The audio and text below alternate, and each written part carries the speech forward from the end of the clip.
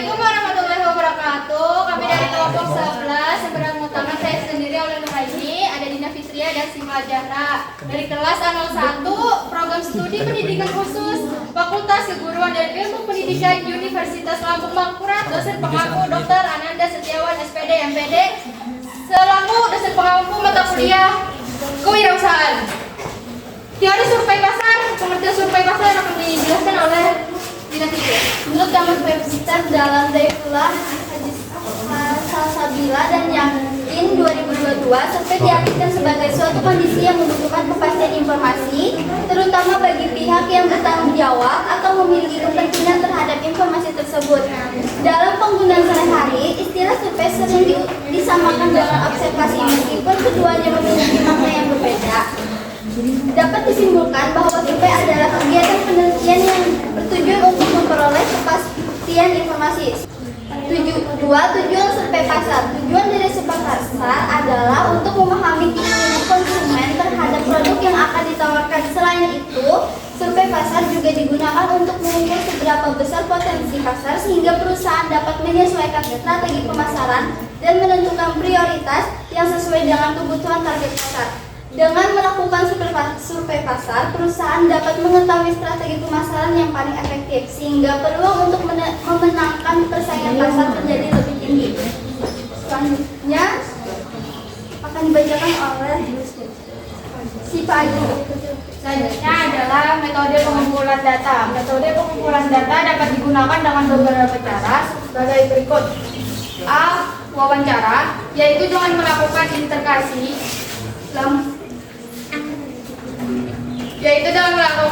langsung antara peneliti dan responden. Wawancara bisa dilakukan dengan tatap muka, melalui sambungan telepon, ataupun wawancara online. Yang B.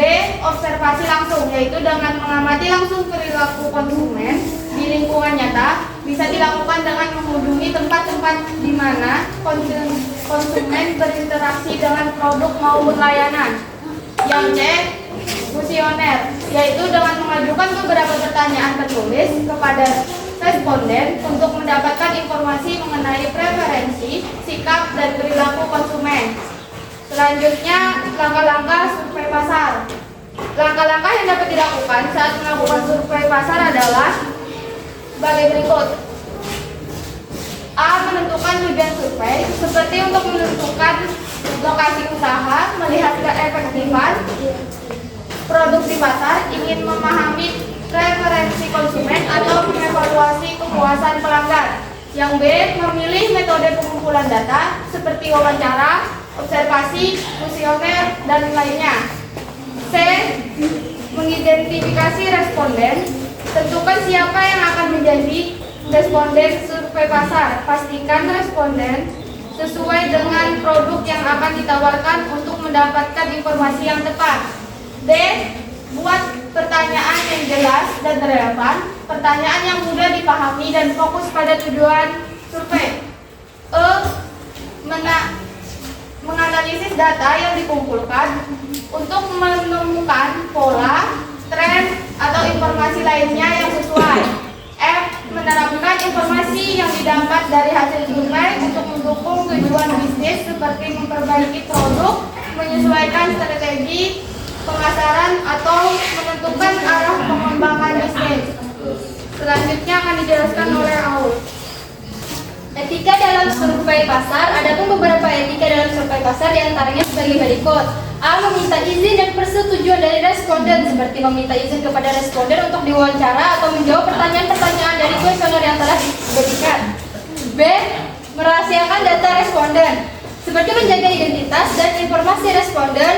Informasi yang didapatkan dari responden harus diolah menjadi data yang aman dan dijaga dari akses yang tidak sah.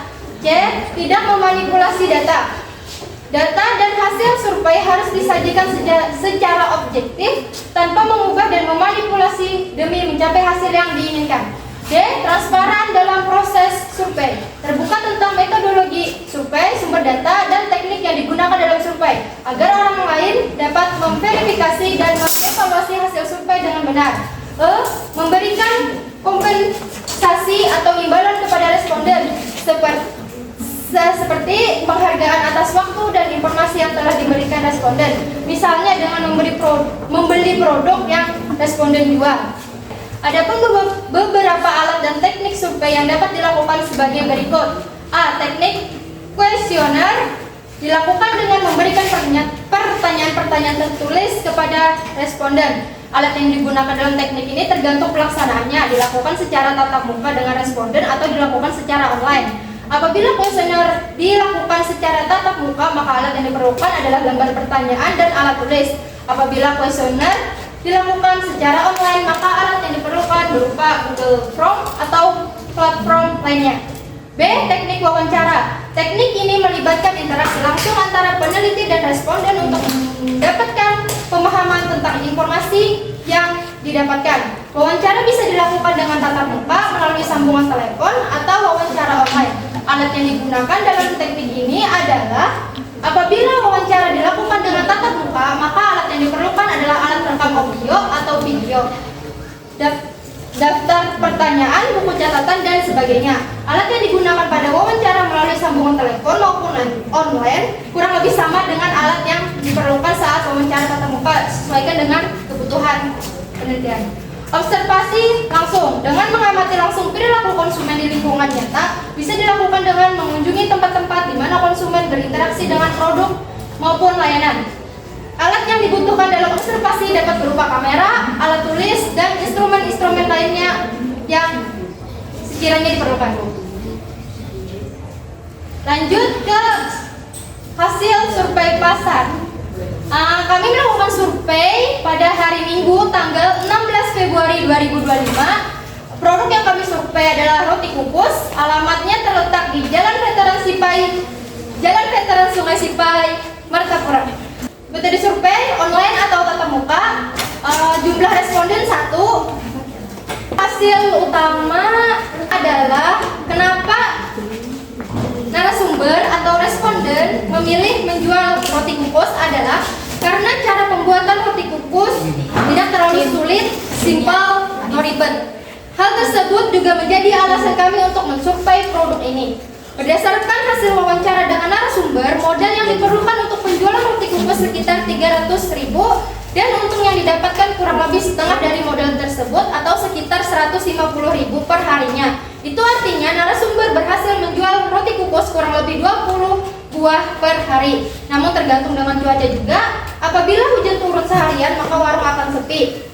Terus itu, hasil yang membuat konsumen tertarik untuk membeli roti kukus adalah karena selai dan toppingnya yang beragam. Konsumen dapat request selai dan topping sesuai selera. Dengan begitu, konsumen tidak akan cepat bosan dengan rasanya. Terus itu, kendala saat kami melakukan survei pasar. Awalnya kami melakukan survei ke pasar untuk mencari responden yang bisa diwawancarai. Tetapi saat berkeliling pasar, kami merasa bahwa sulit untuk mewawancarai penjual yang ada di sana dikarenakan situasi pasar yang sangat ramai. Jadi kami memutuskan untuk pergi ke lokasi kedua, yaitu ke warung penjual roti kukus.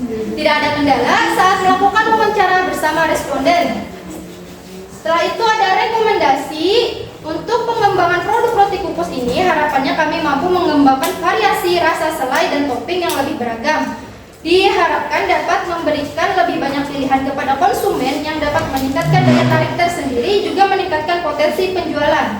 Promosi online bisa dilakukan untuk menarik lebih banyak konsumen, yaitu dengan mengupload foto atau video produk di sosial media, sertakan informasi lengkap mengenai penjualannya, misalnya lokasi penjualan, harga roti kukus, pilihan rasa, dan informasi lainnya.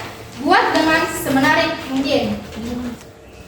Terus ini ada lampiran, di sini ada link YouTube hasil survei pasar kami. Terus ini lampiran berupa foto-foto, ini itunya. Nah ini muka kami sangat jauh. Lanjut. Terus ini foto bersama responden. Lanjut. Ini dia roti kukusnya yang dijual beliau. Ya sekian presentasi laporan survei pasar kami. Assalamualaikum warahmatullahi wabarakatuh. Disamakan saja.